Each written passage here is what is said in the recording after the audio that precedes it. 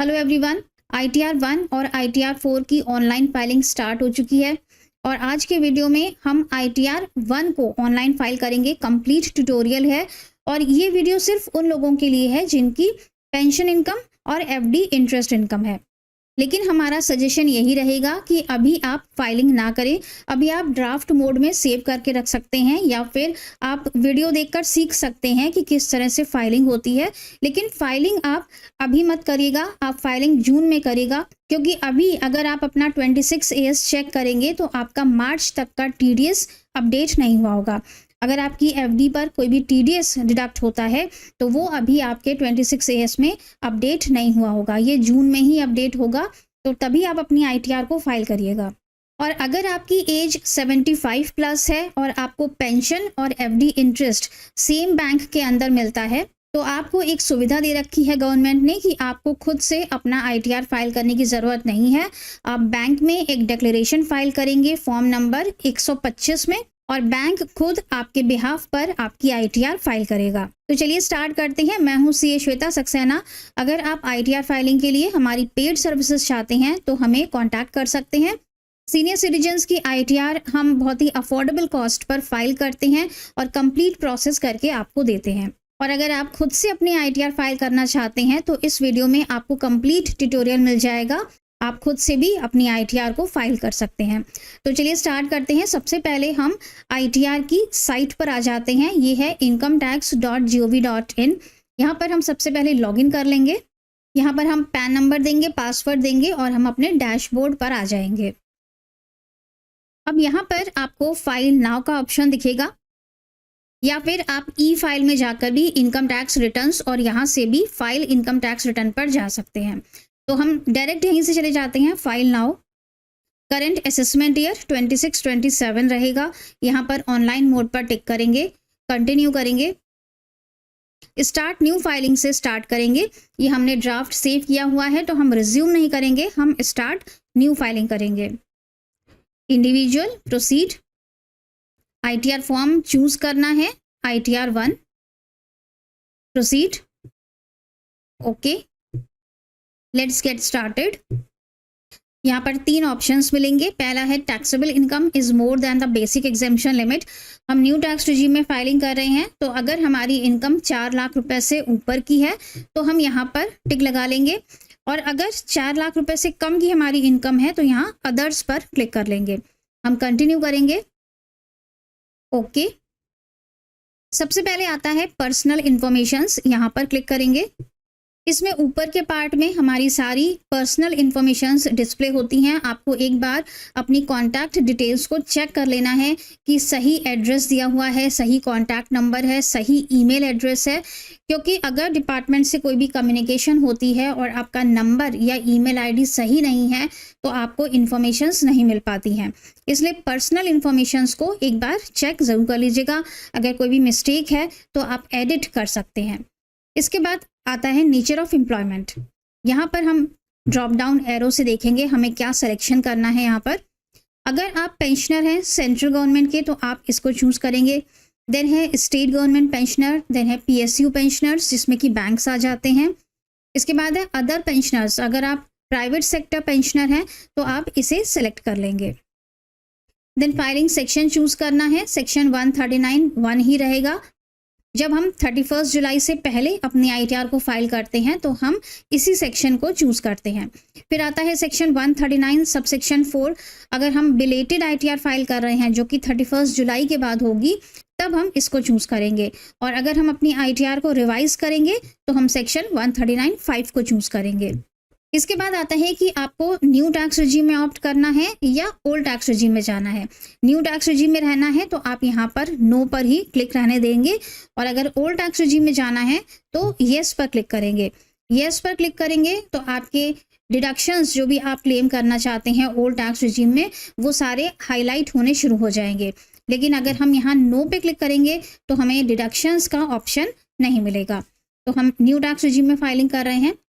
फिर bank details हैं, यहाँ पर आपके सारे बैंक्स डिस्प्ले हो रहे हैं।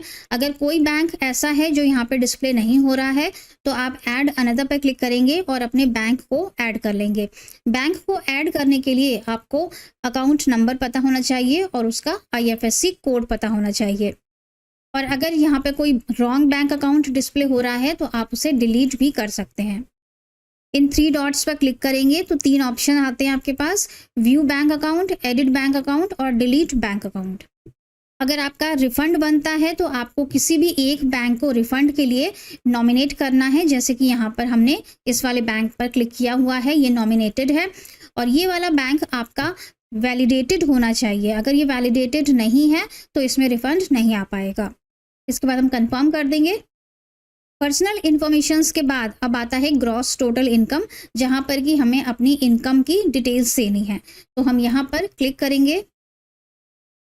अब यहां पर हमें कौन कौन से ऑप्शंस मिलते हैं पहले हम वो देख लेते हैं। यहां पर हमें सबसे पहले मिलेगा इनकम फ्रॉम सैलरी, जिसमें कि हम अपनी पेंशन की डिटेल्स देंगे। इसके बाद B2 में आता है इनकम फ्रॉम हाउस प्रॉपर्टी। अगर आपकी रेंटल इनकम है तो आप इसमें फिल करेंगे। इसके बाद B3 में आता है income from other sources. Other sources में आ जाता है आपका सेविंग अकाउंट का इंटरेस्ट, FD का इंटरेस्ट, इनकम टैक्स का रिफंड या अगर डिविडेंड मिलता है तो वो भी आ जाता है। फिर C3 में आता है एग्जैम्प्ट इनकम और C3A में आता है लॉन्ग टर्म कैपिटल गेन।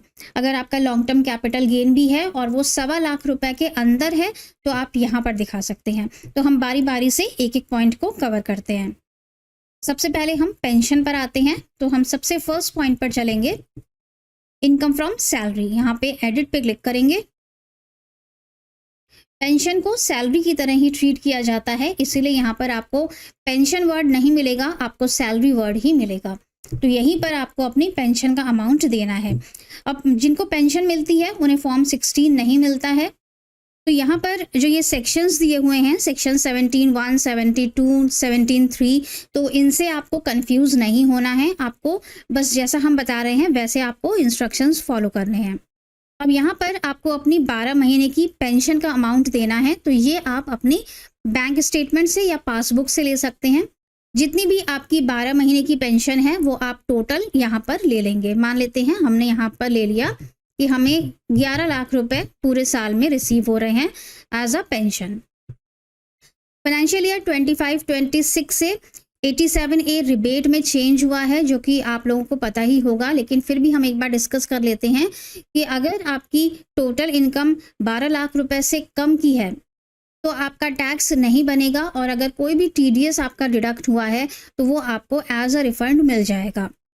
इसके बाद जो ये हमारी 11 लाख की इनकम है, पेंशन है, इस पर स्टैंडर्ड डिडक्शन लगेगा 75,000 का, जो कि यहाँ पर अपने आप लग गया है और हमारी नेट जो पेंशन आ गई वो 10,25,000 की आ गई है। इसे हम सेव कर देंगे। इसके बाद नेक्स्ट आता है इनकम फ्रॉम हाउस प्रॉपर्टी। यहाँ पर अगर आपको रेंटल वैल्यू देनी है तो आप यहाँ डिटेल्स पे क्लिक करेंगे, ऐड अनदर पे क्लिक करेंगे। यहाँ पर आपको अपनी प्रॉपर्टी का पूरा एड्रेस देना होगा, address, town, state, pin code, और यहाँ पर हमें ओनरशिप पहले सेलेक्ट करनी होगी। ओनरशिप सेल्फ है, माइनर है, स्पाउस है, यहाँ पे हम सेल्फ सेलेक्ट कर लेंगे। प्रॉपर्टी को ओन्ड है तो यस करेंगे, को ओन्ड नहीं है, सिर्फ आप ही उसके ओनर हैं, तो नो पर क्लिक करेंगे। टाइप ऑफ हाउस प्रॉपर्टी में लेट आउट सेलेक्ट कर लेंगे। अब यहाँ पर हमारे कॉलम्स हाईलाइट हो जाएंगे रेंट दिखाने के लिए, तो यहाँ पर हम रेंटल वैल्यू दे सकते हैं। मान लेते हैं कि 2,60,000 हमारी रेंटल वैल्यू है। इस 2,60,000 पर हमें 30% का स्टैंडर्ड डिडक्शन मिलेगा, जो कि ऑटो कैलकुलेट हो गया है, और हमारी जो नेट वैल्यू आ गई वो आ जाएगी इनकम फ्रॉम हाउस प्रॉपर्टी। ये हमारी नेट वैल्यू हो गई। इसे हम सेव कर देंगे। हाउस प्रॉपर्टी की वैल्यू यहाँ B2 में रिफ्लेक्ट होने लगी है। इसके बाद थर्ड आता है इनकम फ्रॉम अदर सोर्सेज। यहाँ पर हम क्लिक करेंगे, ऐड अनदर पे क्लिक करेंगे। अब यहाँ पर हमें एक एक करके नेचर ऑफ इनकम को सेलेक्ट करते जाना है। वैसे तो 26A से ये सारा डेटा ऑटो पॉपुलेट होगा, लेकिन अगर आपके केस में ऑटो पॉपुलेट नहीं हो रहा है या फिर अभी आपका 26AS अपडेट नहीं हुआ है, तब भी ये यहाँ पर ऑटो पॉपुलेट नहीं होगा, तब आपको यहाँ पर सेलेक्ट खुद से करना पड़ेगा। तो यहाँ पर हम सेलेक्ट करेंगे इंटरेस्ट फ्रॉम सेविंग बैंक। यहाँ पर हमें वैल्यू दे देनी है। ये वैल्यू आपको अपने AIS से मिलेगी। AIS आपको यहाँ पर मिलता है, ये AIS है, लेकिन अभी ये अपडेट नहीं हुआ होगा, ये अपडेट होगा जून में। या फिर आप जून में अपने बैंक स्टेटमेंट से भी अपना सेविंग बैंक का इंटरेस्ट कैलकुलेट कर सकते हैं। तो यहाँ पर हम सेविंग बैंक का इंटरेस्ट ले लेते हैं 5000, इसे सेव कर देंगे। अब हमें FD का भी लेना है, तो फिर से हम ऐड अनदर पे क्लिक करेंगे, सेलेक्ट करेंगे इंटरेस्ट फ्रॉम FD। यहाँ पर हम अमाउंट दे देते हैं 50,000, इसे सेव कर देंगे।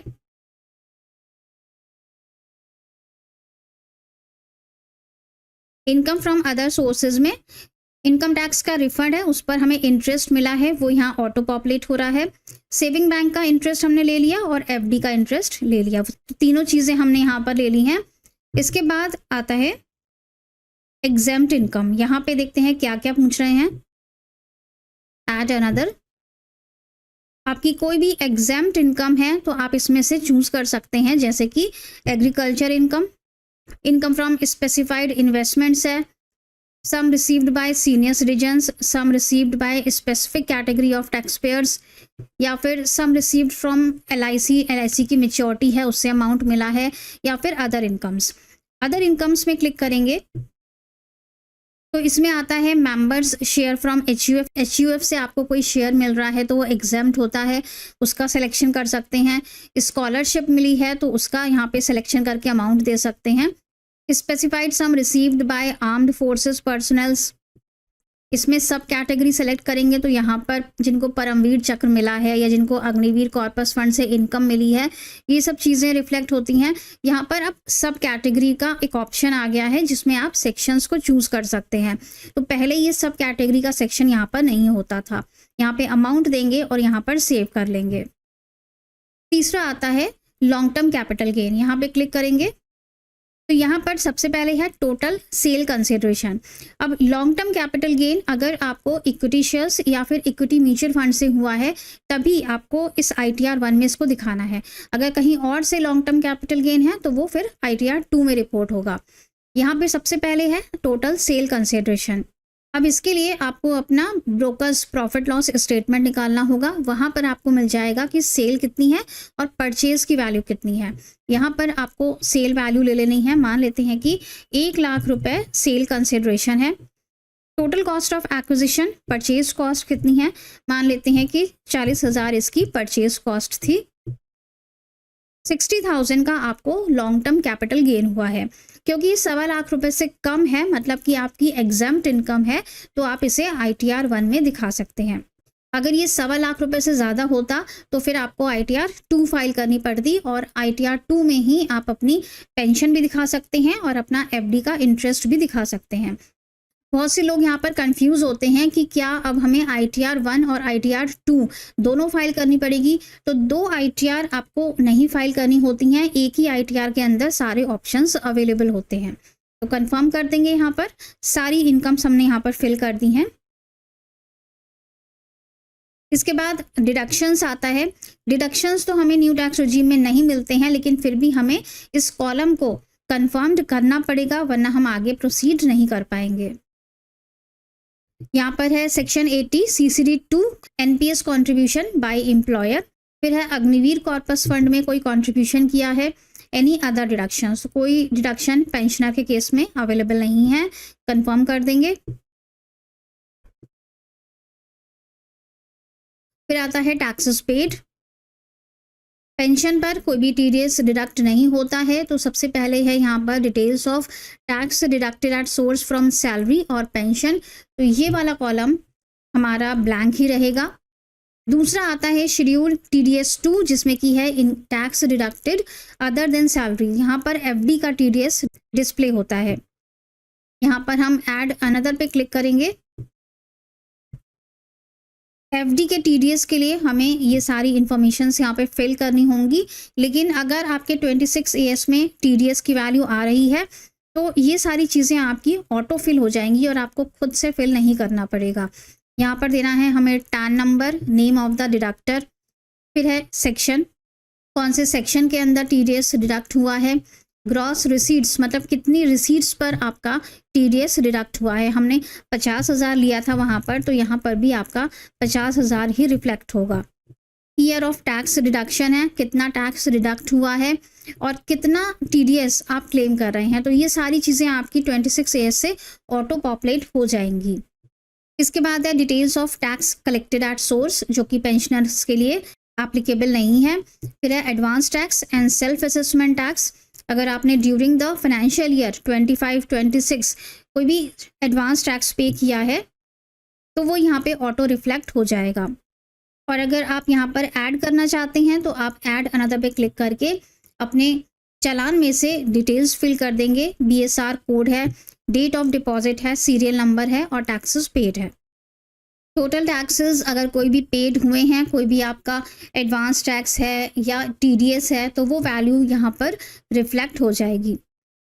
सेल्फ असेसमेंट टैक्स अगर आपने पे किया है तो वो भी आपके 26 एएस से ऑटो रिफ्लेक्ट यहाँ पर हो जाएगा।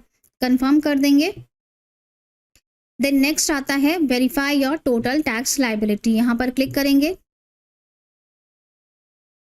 यहाँ पर आपको कंप्यूटेशन दिखाएगा, जो भी हमने अभी इनकम्स और डिडक्शंस फिल किए हैं उसकी एक समरी यहाँ पर दिख जाएगी और सबसे लास्ट में आपको पता चल जाएगा कि आपका कितना टैक्स अभी ड्यू है। Balance tax after relief, total interest and fees, total taxes. तो आपका टोटल टैक्स जो बना, क्योंकि हमने पेंशन, हाउस प्रॉपर्टी से रेंटल इनकम और एफडी से इंटरेस्ट, ये तीनों इनकम्स हमने दिखाई हैं जो कि 12 लाख रुपए से ज़्यादा हो गई, इसलिए यहाँ पर टैक्स बन रहा है। तो टैक्स बन गया। अब क्योंकि हमने ड्यूरिंग द ईयर टैक्सेस को पेड नहीं किया था इसलिए इंटरेस्ट बन गया और टोटल टैक्सेस यहाँ पर हमें दिख रहे हैं। कंफर्म कर देते हैं। अब इन टैक्सेस का हम पेमेंट कैसे करेंगे, तो सबसे पहले हम प्रोसीड करेंगे। यहाँ पर आ जाएगा you need to make a payment of ₹69,220।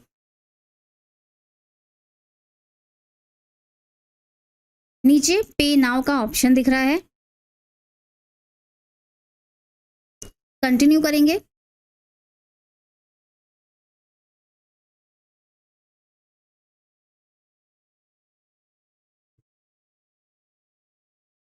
Assessment year auto select हो जाएगा, यहाँ पर लिखा हुआ है सेल्फ असेसमेंट टैक्स। कंटिन्यू करेंगे। यहाँ पर चालान खुद बन गया है, आपको कुछ भी इसमें छेड़छाड़ नहीं करनी है। कंटिन्यू करेंगे।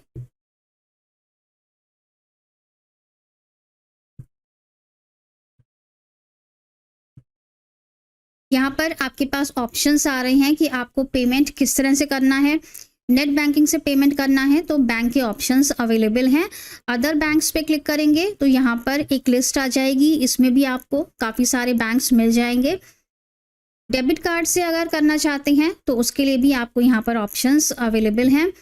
पे एट बैंक काउंटर, अगर आप ऑफलाइन मोड से पेमेंट करना चाहते हैं, आपको ऑनलाइन नहीं करना है, तो उसके लिए आप पे एट बैंक काउंटर पर क्लिक करेंगे। यहाँ पर आपको सेलेक्ट करना है कि आप पेमेंट कैसे करना चाहते हैं, कैश में करना है, चेक से करना है या डिमांड ड्राफ्ट से करना है। तो कैश का ऑप्शन यहाँ पे हाईलाइट नहीं हो रहा है, चेक है और डिमांड ड्राफ्ट है, ये दो ऑप्शंस अवेलेबल हैं जिनसे आप पेमेंट कर सकते हैं बैंक में जाकर। यहाँ पर आप अपना बैंक सेलेक्ट करेंगे, कौन से बैंक में आपको पेमेंट करना है। जैसे मान लेते हैं कि हमें कैनरा बैंक में जाकर अपना चालान पेमेंट करना है। कैनरा बैंक हमने सेलेक्ट किया, यहाँ पर कंटिन्यू करेंगे।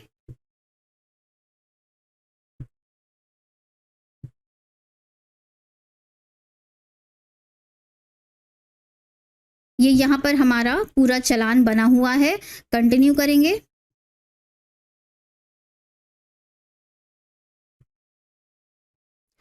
अब आ जाएगा next step, visit your bank branch to complete the payment. यहाँ पे चालान पूरा ऑटोमेटिक बन गया है, यहाँ पे लिखा हुआ है डाउनलोड चालान फॉर्म। इसको डाउनलोड कर लेंगे तो आपका पूरा चालान बनकर आ जाएगा और आपको बस अपने बैंक में जाना है और चालान का पेमेंट करना है, साथ में आपको एक चेक उसमें अटैच कर देना है। तो ये तो हमारा ऑप्शन था कि हम ऑफलाइन मोड से कैसे पेमेंट करेंगे। अगर हमें ऑनलाइन ही करना है तो हम कैसे करेंगे? तो हम फिर से आ जाते हैं इसी वाली स्क्रीन पर। यहाँ पर आगे है आरटीजीएस से करना चाहते हैं या पेमेंट गेटवे इंक्लूडिंग यूपीआई। अगर आप यूपीआई से करना चाहते हैं, पेटीएम से, फ़ोन पे से या गूगल पे से, तो यहाँ पर क्लिक करेंगे। तो ये सबसे अच्छा ऑप्शन रहता है, आप यूपीआई से पेमेंट कर सकते हैं। 1 लाख रुपए तक की लिमिट मिल जाती है और हमारा टैक्स यहाँ पे सिर्फ 69,000 का है। तो हम यहाँ पर क्लिक करेंगे। अब यहाँ पर भी हमारे पास बैंक्स अवेलेबल हैं, लेकिन ज़रूरी नहीं है कि अगर आपका कैनरा बैंक है तो आप कैनरा बैंक को ही सेलेक्ट करेंगे। किसी भी बैंक का गेटवे आप सेलेक्ट कर सकते हैं यूपीआई पेमेंट के लिए। जैसे कि हमारा जो पेटीएम अकाउंट है वो हमारे पास एचडीएफसी का है, लेकिन हम कैनरा बैंक के गेटवे से भी जा सकते हैं। तो जैसे हम कैनरा बैंक पे यहाँ क्लिक करेंगे, यहाँ कंटिन्यू करेंगे।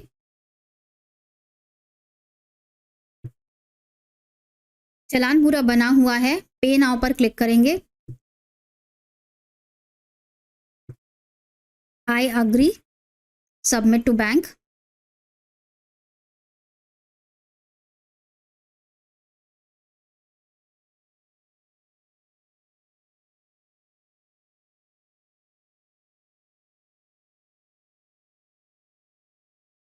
अब यहाँ पर ऑप्शंस अवेलेबल हैं, जैसे यूपीआई कर सकते हैं, क्रेडिट कार्ड या डेबिट कार्ड है, या फिर नेट बैंकिंग है। तो यूपीआई पर क्लिक करते हैं। आप अपने ऐप पर जाएंगे, जिससे भी आपको पेमेंट करना है, स्कैन करेंगे तो आपके पास एक नोटिफिकेशन आएगा कि सीबीडीटी को आप पेमेंट कर रहे हैं। जो नाम आएगा वो सीबीडीटी आएगा।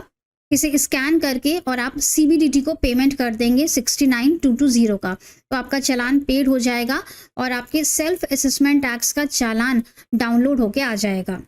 चालान डाउनलोड हो जाने के बाद आपको रिटर्न को ऐसे ही सबमिट नहीं करना है। सबसे पहले आप अपने रिटर्न में सेल्फ असेसमेंट टैक्स की डिटेल्स को फिल करेंगे। तो चलिए हम बैक में आते हैं और फिर देखते हैं कैसे करना है।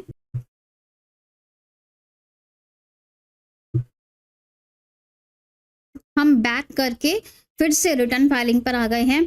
यहाँ पर है टैक्सेस पेड। अब इसमें हमें जाना है सेल्फ असेसमेंट के कॉलम पर। ऐड अनदर पे क्लिक करेंगे।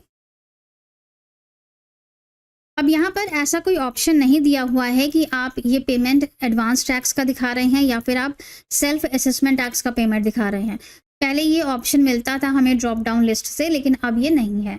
तो अब आप अपना सेल्फ असेसमेंट टैक्स का चालान जो आपने डाउनलोड किया है उसे ओपन कर लेंगे और उसमें से आपको यहाँ पर फिल करना है BSR code, date of deposit, serial number of challan और टैक्स पेड। ये क्लियरली आपके चालान में मेंशन होता है। इसके बाद आप यहाँ पर सेव कर देंगे। सेव करते ही जो आपके यहाँ पर टोटल टैक्सेस पेड हैं, यहाँ पर 69,220 रिफ्लेक्ट होने लगेगा। इसे कंफर्म कर देंगे। टैक्सेस का पेमेंट होते ही आपकी जो टैक्स लायबिलिटी है वो यहाँ पर नील हो जाएगी।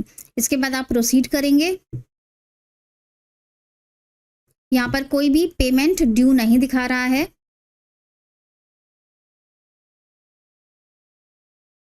Review and submit your return. Proceed to validation पर क्लिक करेंगे। वैलिडेशन सक्सेसफुल का मैसेज आ जाएगा। अगर कोई भी एरर आ रहा है तो आप एरर के ऊपर क्लिक करेंगे तो आप सीधे उसी स्क्रीन पर पहुंच जाएंगे जहां पर कि एरर आ रहा है। अब आपको प्रीव्यू करना है, एक बार अपनी आईटीआर को प्रीव्यू कर लेना है। अगर सब ठीक है रिटर्न में तो आप प्रोसीड टू वैलिडेशन क्लिक करेंगे। Validation successful. अब आप प्रोसीड टू वेरिफिकेशन पर क्लिक करेंगे। अब यहाँ पर हमारे पास 3 ऑप्शंस आएंगे कि हमको वेरिफिकेशन कैसे करना है। सबसे पहले है ई वेरीफाई नाउ। यहाँ पर क्लिक करेंगे तो आपके पास आधार ओटीपी का ऑप्शन आएगा। ई वेरीफाई लेटर करेंगे तो 30 डेज के अंदर आपको फिर से यहाँ पर आकर ई वेरीफाई करना होगा आधार ओटीपी से। और अगर वेरीफाई विया आईटीआर वी करेंगे तो आपके पास आईटीआर वी आ जाएगा और उसकी कॉपी आपको बाई पोस्ट बेंगलोर सेंड करनी होगी। ई वेरीफाई नाउ पर क्लिक करेंगे, कंटिन्यू करेंगे और आधार ओटीपी से आप अपने आईटीआर को सबमिट कर देंगे। आईटीआर सबमिशन के बाद आपके पास मैसेज भी आएगा कि आपका आईटीआर सबमिट हो गया है और ई वेरीफाई भी हो गया है। तो ये था कंप्लीट ट्यूटोरियल आईटीआर 1 का पेंशन प्लस इंटरेस्ट इनकम का। अगर आपको कोई भी डाउट्स हो या आप पेड सर्विसेज लेना चाहते हैं ITR फाइलिंग के लिए, तो आप हमें व्हाट्सएप नंबर पर कॉन्टैक्ट कर सकते हैं। और ऐसे ही और इन्फॉर्मेटिव वीडियोस के लिए हमारे चैनल को सब्सक्राइब ज़रूर कर लीजिएगा। और अगर किसी पर्टिकुलर टॉपिक पर आपको वीडियो चाहिए है तो हमें कमेंट बॉक्स में ज़रूर बताइएगा। Thank you so much for watching this video. मिलेंगे नेक्स्ट वीडियो में। टिल देन स्वस्थ रहिएगा, खुश रहिएगा, मस्त रहिएगा।